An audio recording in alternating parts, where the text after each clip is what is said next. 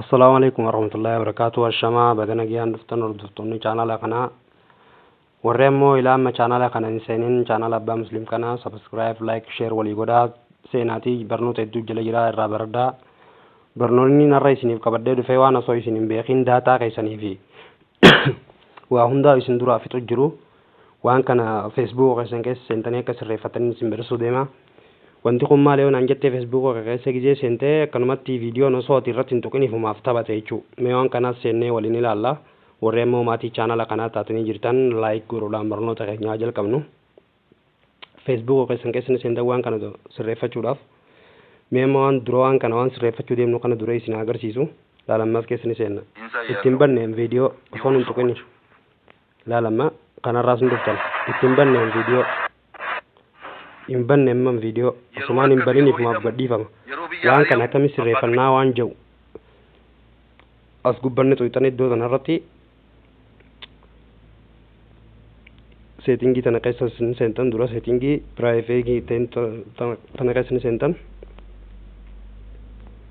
dhiifama settingii keessa seentan media waan jiru laallattin jechuu ammas keessa kun olaal media nu dhufee jira.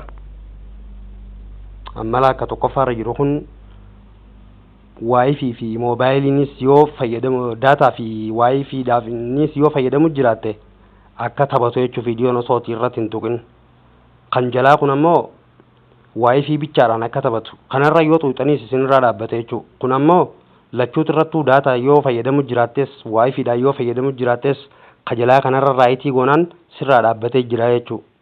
Kun ammoo yeroo wifi bichaa yoo kanarratti warri data bichaa fayyadamtan kanarra yoo godhatanii sumaan jiru warri ammoo wifi taqqamamtan yoo taatan kunoo kanarratti firraa raayitii gootan viidiyoon keessan hin taphatu jechuudha. Mee amma isin mee alaallumma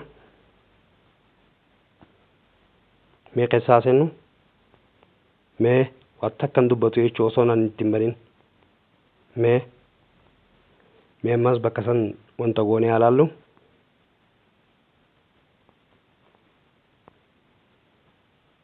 ifama